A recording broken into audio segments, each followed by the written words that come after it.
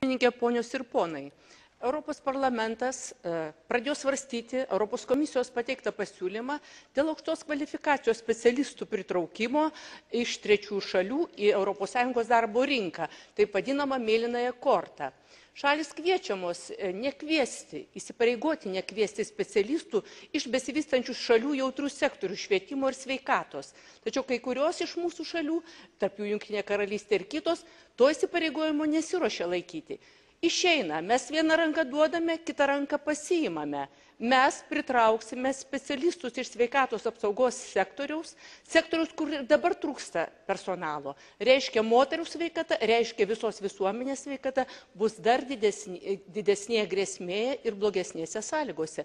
Siūlyčiau pagalvoti, diskutuojant apie mūsų priimamus teisės aktus, ar jie neprieštarauja vienas kitam, ar mūsų politikos neprieštarauja viena kitai. Ačiū.